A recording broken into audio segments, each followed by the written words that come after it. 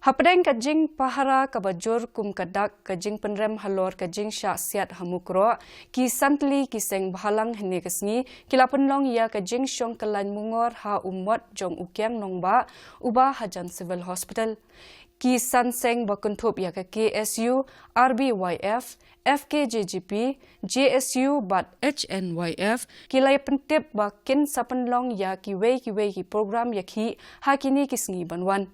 Habaya keren bat ka DD News u General Secretary ka KSU Samla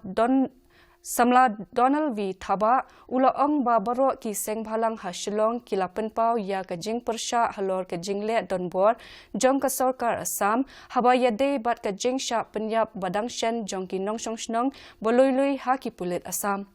Ula benrap ba ka sarkar Meghalaya kadai ban shim ya ki lat ki lenti ki pating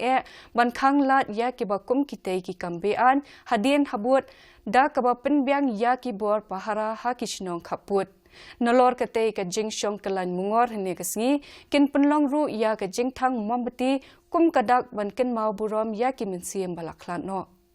Unprovoked firing by the forest officials and police officials of the Assam government onto the unarmed civilians of Mukroh and its adjoining villages. Assam not only intrude inside the borders into Meghalaya, but it also committed atrocities and committed heinous crimes against the Khasis of Meghalaya. So the Mukroh incident is not the first incident where the high-handedness of the government of Assam has been observed. It had happened since the state's 50 years